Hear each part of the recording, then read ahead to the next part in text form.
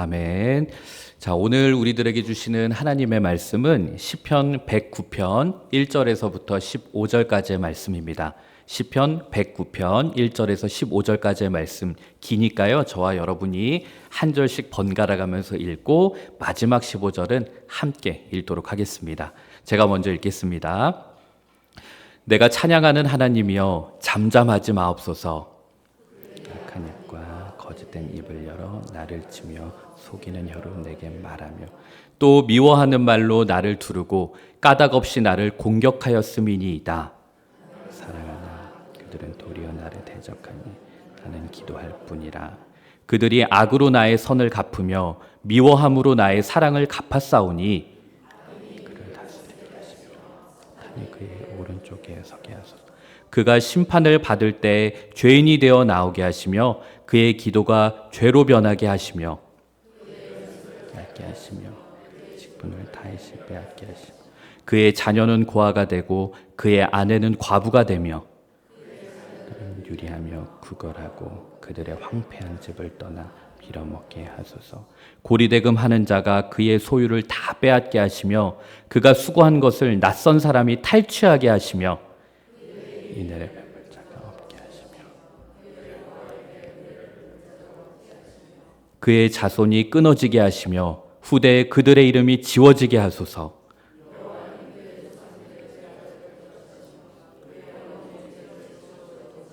다 함께 읽겠습니다. 그 죄악을 항상 여호와 앞에 있게 하사 그들의 기억을 땅에서 끊으소서. 아멘. 어떻게 여러분 정말 아멘이 나오십니까?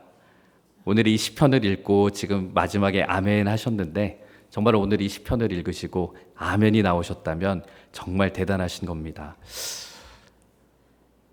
읽으시면서 무슨 말인지 이해하면서 읽으셨죠? 여러분 시편 109편은 우리가 통상적으로 생각하는 시편과는 참 거리가 먼 그런 말씀입니다. 이제 이 다윗이 자신의 정적들, 어쨌든 다윗도 왕이었으니까 자기를 공격하는 사람들, 시기하는 사람들, 질투하는 사람들, 모함하는 사람들 때문에 너무 힘든 상황에서 그렇게 탄식하면서 고백했던 그런 노래가 이 시편 109편의 말씀입니다. 이걸 조금 더 폼나게 긍정적으로 이렇게 표현하자면 불의한 세상, 그러니까 악인들이 득세하는 이 세상 속에서 믿음의 사람이 의로운 분노를 하면서 하나님 도대체 세상이 왜 이럽니까? 정말 세상 이러면 안 되는 거 아닙니까? 하면서 하나님께 토로를 하는 그런 노래로 알려져 있습니다. 그리고 여러분들이 가지고 있는 성경 이렇게 보시면 거기에 또 그런 표현도 있어요. 인도자를 따라 부르는 노래. 이게 이 시편의 형식을 얘기해 주는 건데 인도자를 따라 부르는 노래 이렇게 돼 있을 때는 이 시편은 그냥 단순히 어느 한 개인의 고백이나 어느 한 사람이 쓴 기도문이 아니라 공동체가 함께 부르는 양식이다라는 거예요. 그러니까 대부분 이런 형식으로 주로 돼 있는 시편들은 하나님을 찬양하거나 감사의 고백을 할 때 보통 인도자를 따라 부르는 노래 이렇게 공동체로 한단 말이에요. 그런데 특이하게도 이 시편 109편은 여러분들도 읽어보셔서 알겠지만 공동체가 다 같이 부르기에는 조금 거슬리는 표현들이 좀 있습니다. 그럼에도 이 시편이 공동체 예식에서 부르는 노래가 되었다라는 것은 참 의아한 부분이 있는 것이 사실입니다. 그래서 이 시편은 좀 감추고 싶은 시편이기도 해요. 왜냐하면 만약에 기독교에 대해서 안 좋게 생각하는 사람들, 아니 그냥 먼 데서 찾지 말고 여러분들도 가족 가운데에는 교회 다니는 거 그리고 기독교에 대해서 좀 부정적인 사람들 주변에 좀 있잖아요. 그런 사람들이 만약에 이 시편 보면 엄청 욕할 거라고요. 야, 맨날 자기들을 복받게 해달라고 기도하면서 다른 사람은 이렇게 저주한다고? 이러면서 아마 이 시편 109편 보면은 욕할 것 같아요.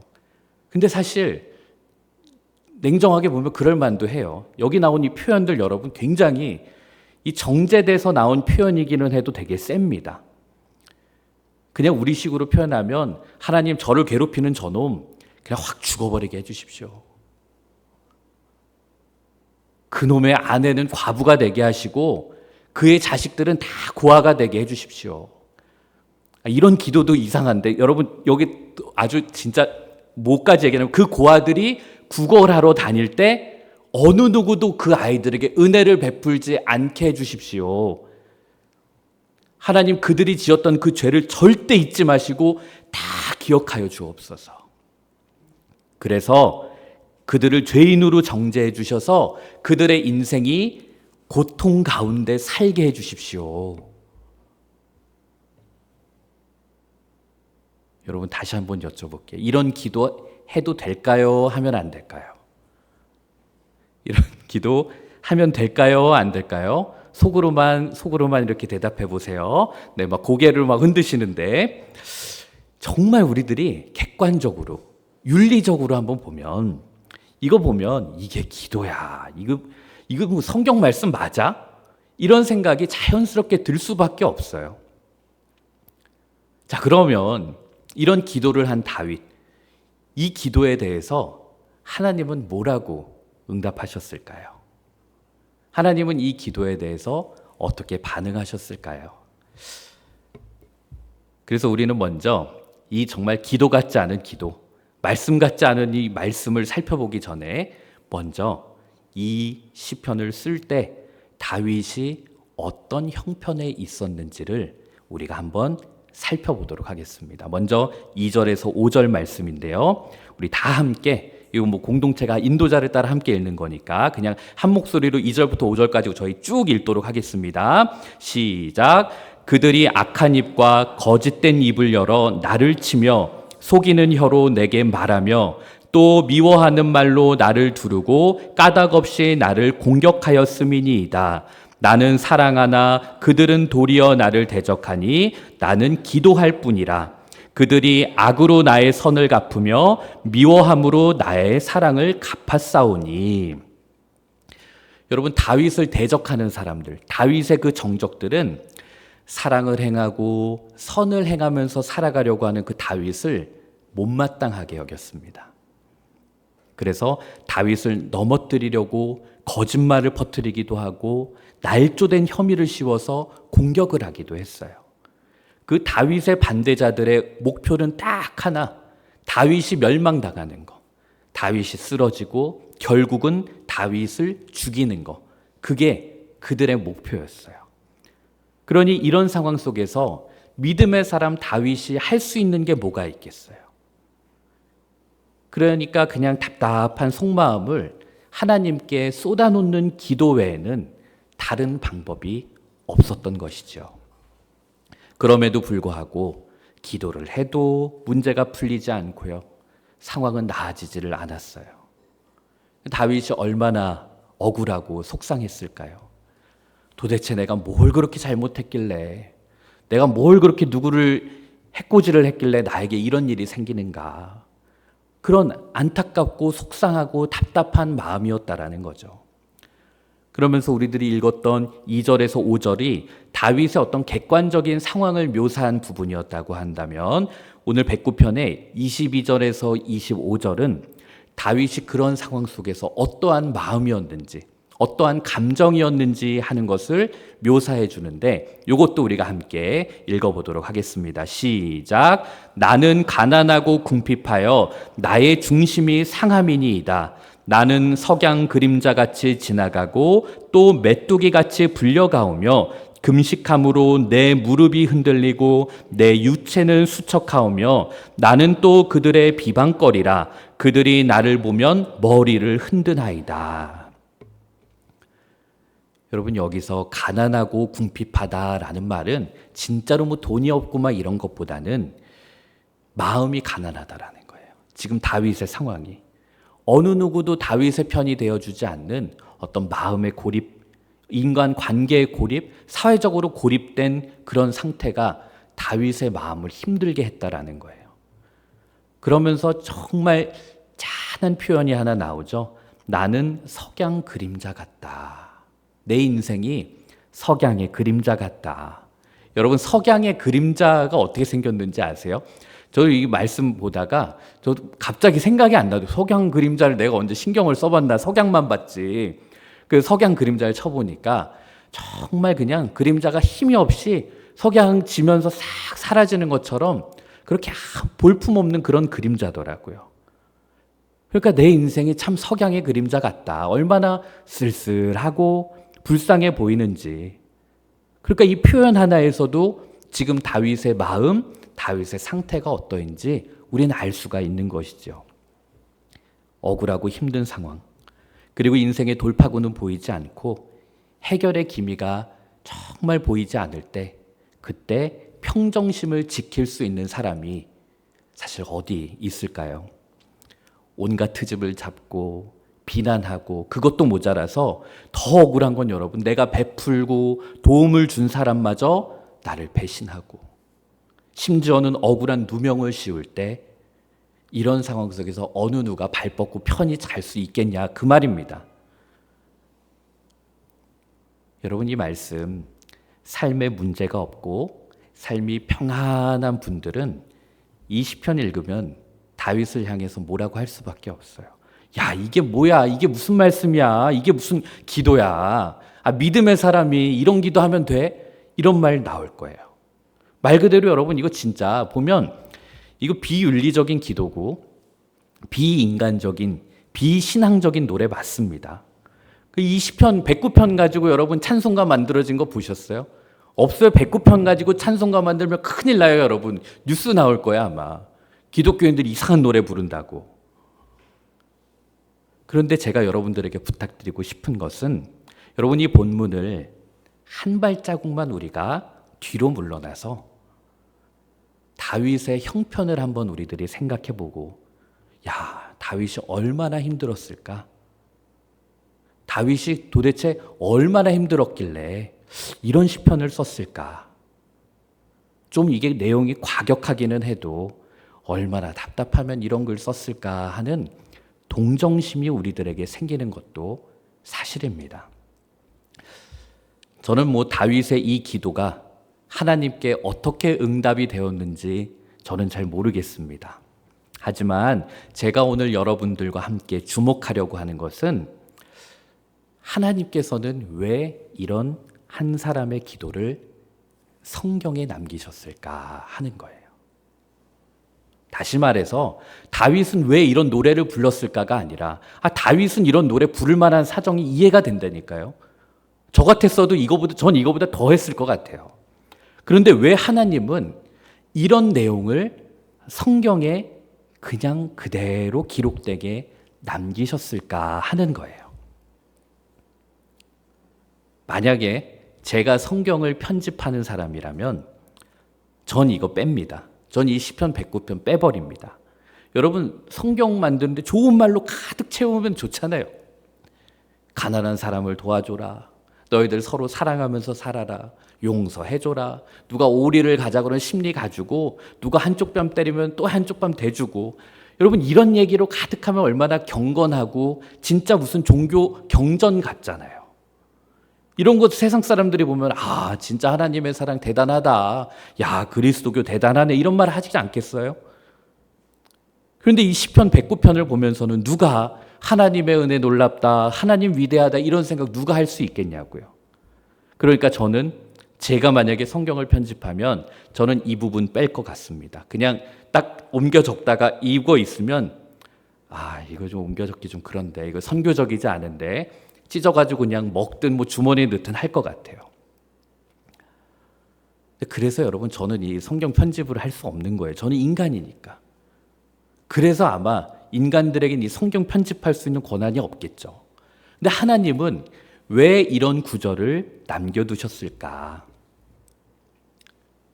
먼저 우리들이 이 성경 본문에 대해서 잘못 해석하는 관점을 제가 하나 짚어드릴게요.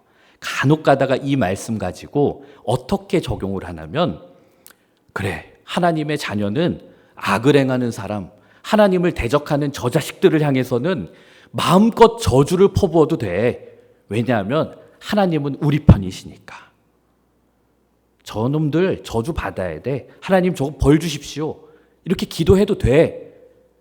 라고 이 본문을 해석하는 분들이 있어요. 여러분은 이런 관점에 동의가 되시나요? 저는 아무리 논리적으로 생각해봐도 이 관점은 동의가 안 돼요. 왜냐하면 여러분 한번 생각해 보세요. 누가 만약에 마음이 너무 상했어요. 누가 너무 얄미웠고 나를 힘들게 했어. 그래서 내가 나는 하나님의 사람이니까 저 사람 저주가 임하게 해달라고 기도해야지 하고 막 기도했어요. 그리고 하나님이 만약에 그 기도에 100% 응답하신다고 했을 때 그럼 어떻게 될까요? 지금 여기 있는 저와 여러분 다 이 자리에 없어요. 저희 다 죽어야 돼요. 그렇지 않을까요? 우리는 알게 모르게 누군가에게 상처를 받기도 하지만 상처를 주고 살기도 하거든요. 그러니까 만약에 상처를 받은 사람이 이 가해자를 향해서 저주의 기도를 할 때마다 하나님이 그 기도에 다 응답하셔가지고 진짜 누군가는 죽게 하고 누군가는 과부가 되게 하고 누군가의 자식들은 고아가 되게 하면 여러분 우리들의 인생이 어떻게 되겠냐고요.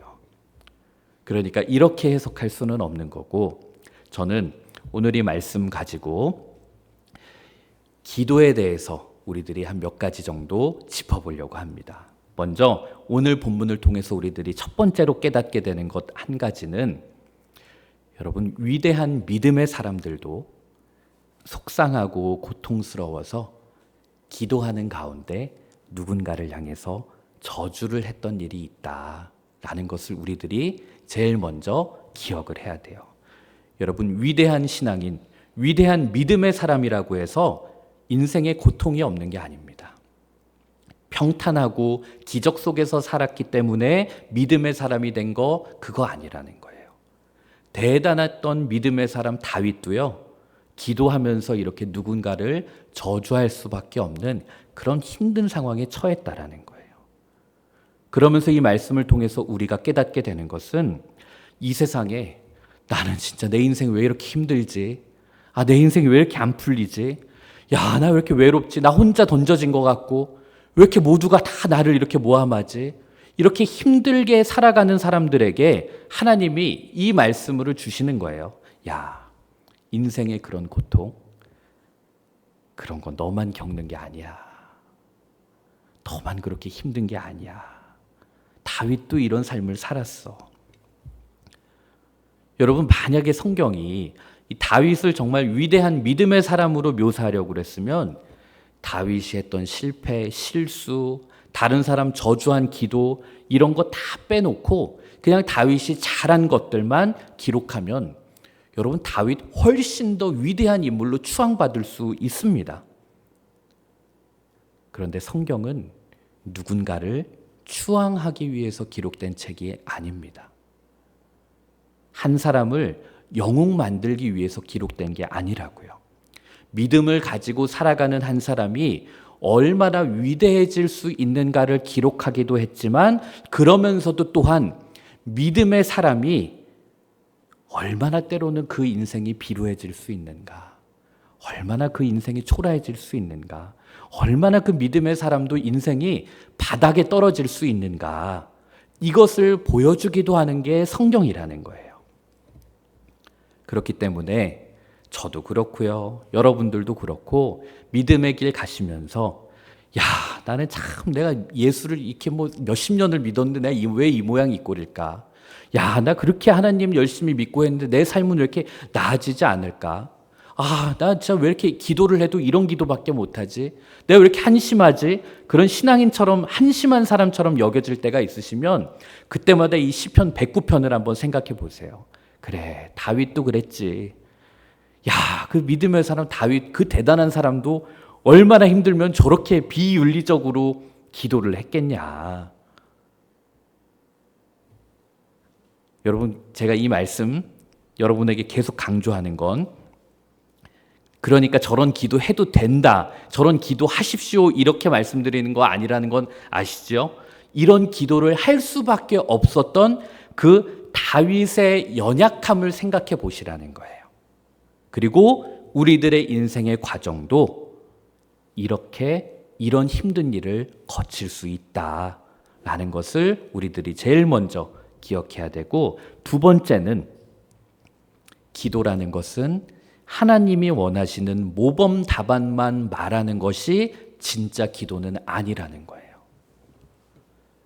하나님께서 우리들에게 언제나 정확한 표현, 논리적으로 딱딱 맞아떨어지는 기도, 그리고 아주 윤리적인 내용들, 정말 신학 논문처럼 기승전결 딱 맞는 그런 기도하라고 요구하는 분 아니라고요. 하나님은 우리들이 하는 기도가 옳으냐 그르냐를 따지기 전에 먼저 우리가 그런 기도를 할 수밖에 없는 우리들의 답답함, 우리들의 막막함, 우리들의 아픔, 우리들의 그 고통을 받아주시는 분이시라는 거예요. 그러니까 하나님은 여러분 우리들의 기도보다 우리들의 마음을 먼저 보시는 분이신 줄 믿습니다. 하나님은 그렇기 때문에 우리들의 기도의 표현이나 방식을 가지고 따지시기 전에 먼저 그 기도의 자리로 나온 우리들의 그 상한 마음 때문에 먼저 눈물을 흘리시는 분이시라는 거예요. 우리가 막 때로는 막 여러분 기도가 잘 나올 때는 그래도 살만할 때예요. 진짜 힘들면 기도가 안 나옵니다. 그리고 막 이 내면이 정리가 안 되면 기도가 막 거칠고요. 막 진짜 막 별의별 오늘 이 다윗처럼 이런 말 나오는 거예요. 그럼 우리가 막 그런 거칠고 막 그 유아 같고 부족한 기도를 막 하다 보면 하나님이 막 그거 듣고 야, 그 이렇게 듣기 거북한 기도를 하냐? 야, 너 거기서 이 단어 좀 고쳐봐. 야, 네가 기도를 할 때 그런 말 하면 되냐? 야, 너 거기 기도에서 그런 표현을 써. 이런 분 아니시라는 거예요. 제가 막 힘들어서 하나님한테 기도한다고 해서 하나님이 야, 너는 목사가 돼서 그런 기도하냐? 이런 분 아니라는 거예요. 오히려 그렇게 기도할 수밖에 없는 우리들의 마음을 보시고 잠잠히 참아주시면서 받아주시는 분이 우리가 믿는 하나님이시라는 거예요. 그렇기 때문에 여러분 가끔 제가 우리 교회 안에서 이렇게 뭐 거창하게 뭐 신앙 상담까지는 아니지만 정말 기도에 대해서 관심도 많으시고 이제 더 노력도 하고 공부도 하시고 이런 분들 참 많으세요. 그래서 어떻게 하면 정말 하나님이 원하시는 기도 내가 드릴 수 있을까? 어떻게 하면 내가 기도 잘할 수 있을까? 내가 어떻게 더 깊은 기도할 수 있을까? 이런 고민하시는 분들이 우리 교회 안에 점점 많아지세요. 그런데 그분들이 가끔 저한테 하시는 이야기가 뭔가 하면 그러다 보니까 오히려 기도를 못 하시겠다라는 거예요. 내가 지금 이런 기도를 해도 되나? 내가 지금 뭐 이런 상황에 뭐 이렇게 말을 해도 되나?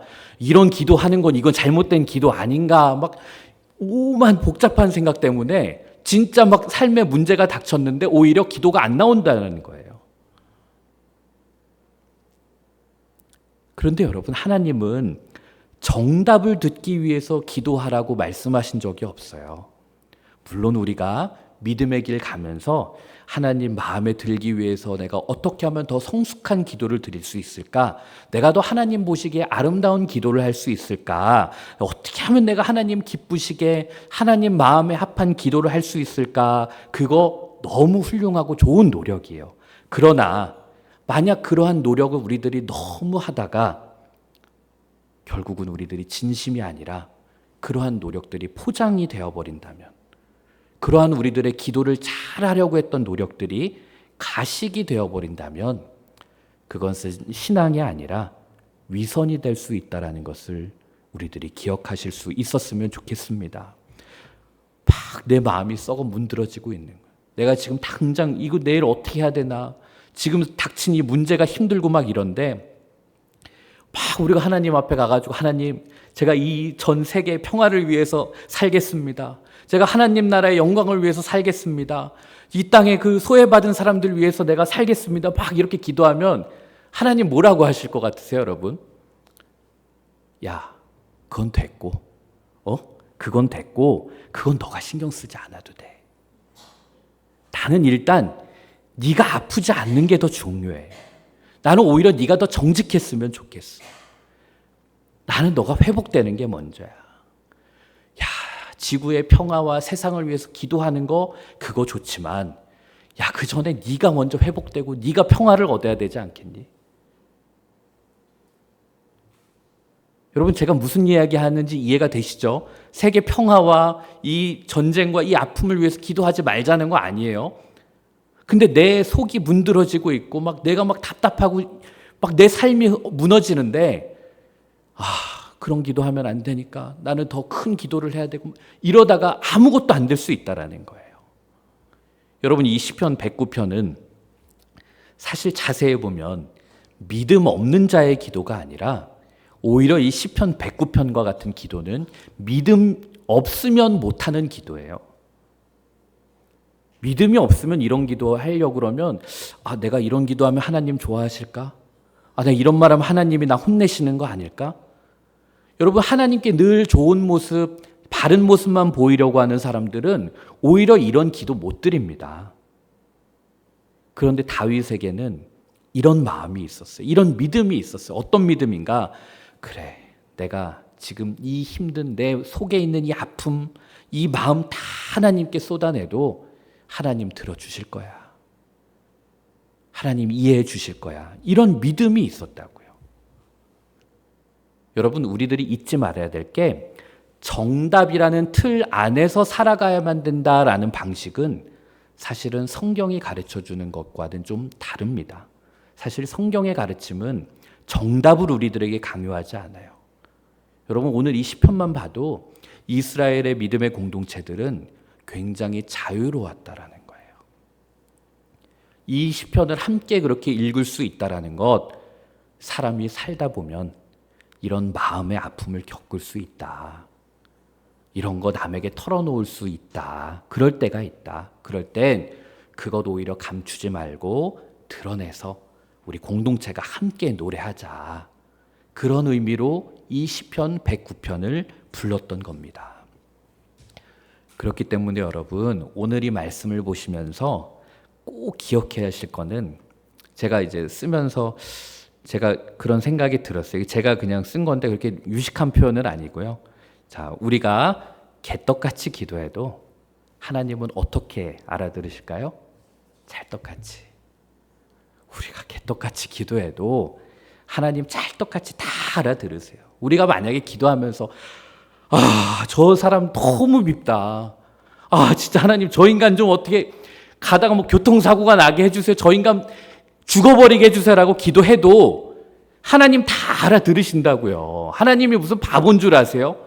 우리가 그런 기도 백날 해도 여러분 하나님 응답 안 하세요. 하나님 그 응답 안 하시고 뭐라고 하실까요? 그래, 너가 얼마나 힘들면 그렇겠니? 너가 얼마나 힘들면 그렇게 기도하겠니? 하나님 그러신다고요.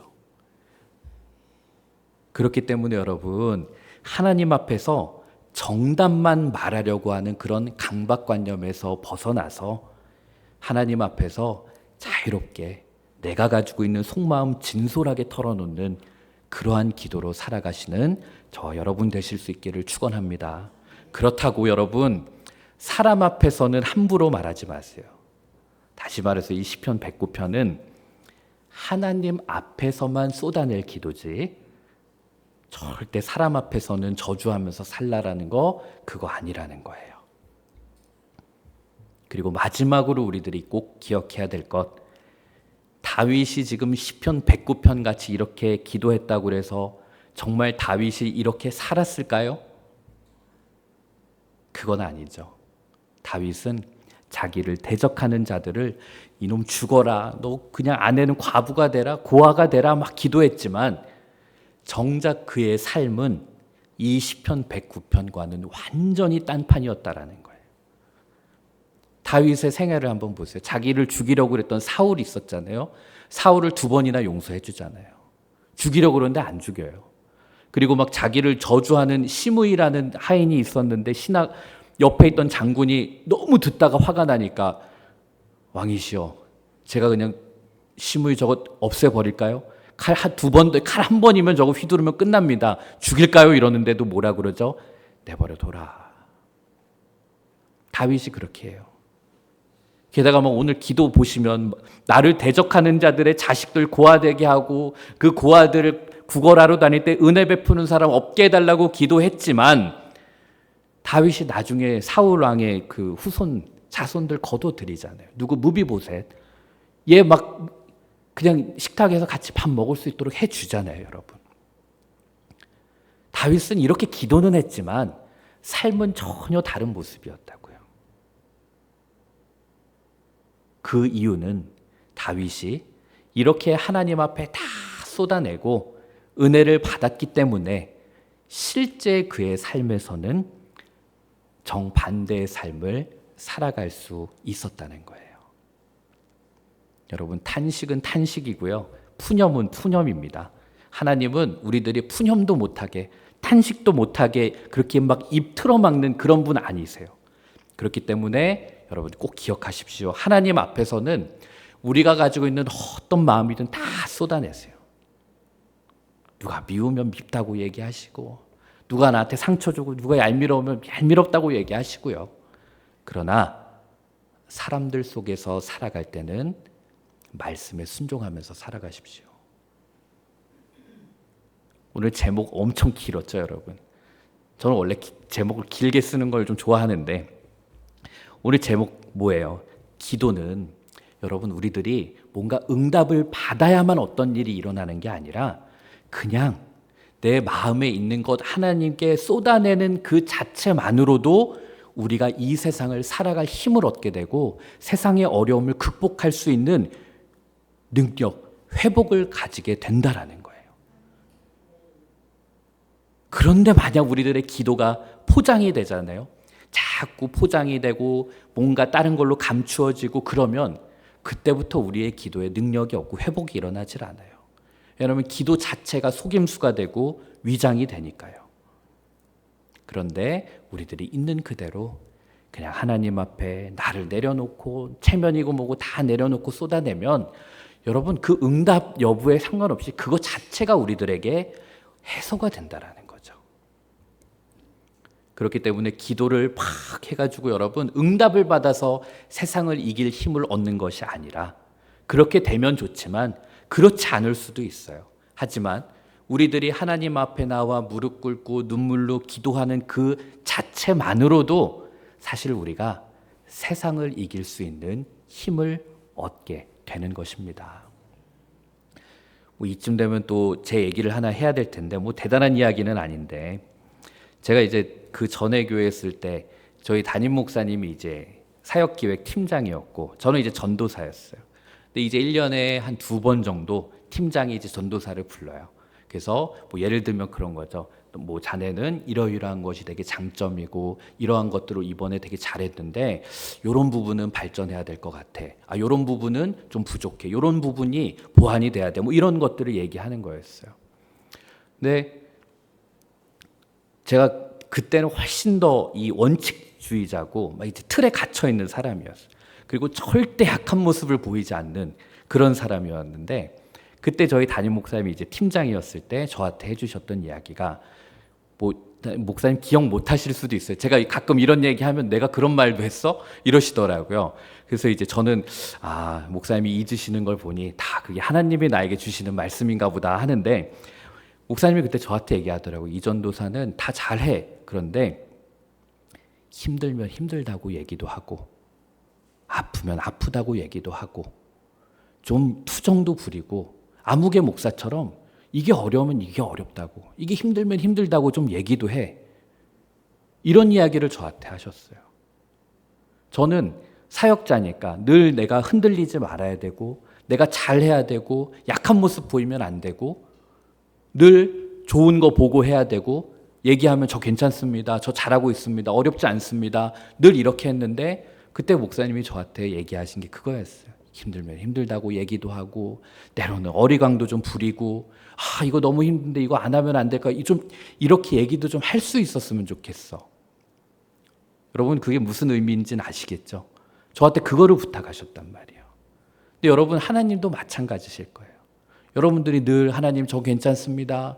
저 말고 저 가난하고 저 힘든 저 사람들 도와주시고 저 사람들을 위해서 기도하고 근데 막 내 속은 내 삶의 자리는 무너져. 그럼 하나님 아마 여러분들에게도 똑같이 말씀하실 거예요. 나한테 와서 그냥 힘들다고 해도 돼. 좀 나한테 어리광도 부리고 이것도 해달라고 투정도 부리고 하나님 제 기도 제목 없습니다. 다 하나님 뜻대로 이뤄주십시오. 이런 거창한 기도 말고 아프면 아프다고 이거 원하면 원한다고 나한테는 편하게 얘기해도 돼. 오늘 말씀이 그런 하나님의 뜻 아닐까 싶습니다. 여러분 제발 엉뚱한 데 가서 사람 찾아가서 울분토하다가 평생 후회할 짓 하지 마시고요. 내가 누군가를 향해서 원망이 있고 힘든 거 있으면 하나님 앞에 나와서 속마음 다 털어놓고 치유와 회복의 은혜를 누리실 수 있게 되기를 바랍니다. 오늘 말씀 마치면서 마지막으로 한 번 더 질문 드릴게요. 자, 여러분 시편 109편과 같은 기도 해야 될까요? 말아야 될까요? 해야 돼요. 하셔도 돼요. 그게 우리들의 인생이거든요.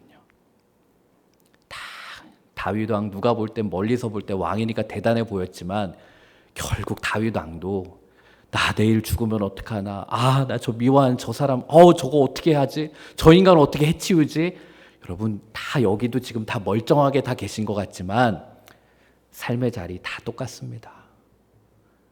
여러분 대형교회 목사님들은 늘 거룩하고 완벽할 것 같지만 그분들도 자식 문제 때문에 골머리 앓고요. 그분들도 몸 아파가지고 막 새벽기도 올라오기 전에 낑낑거리시고요. 인간 다 그렇게 삽니다. 그게 인생이에요. 그러니까 하나님에게도 우리들의 그 비루한 모습들, 초라한 모습들, 옹졸한 모습들이 있으면 그냥 이거 내가 하나님한테 얘기해도 될까? 뭐 사람한테는 얘기하지 마시고 하나님한테만 얘기하시고, 하나님 앞에 때로는 원망이 있으면 불평이 있으면 털어놓고, 그렇게 좋으신 하나님, 그렇게 우리 하나님 아버지 그분 바라보시면서 맞는 말 정답 기도만 하려고 하지 말고 마음을 쏟아내는 기도로 세상을 이길 수 있는 힘 넉넉히 얻는 저와 여러분 되실 수 있게 되기를 주님의 이름으로 축복합니다.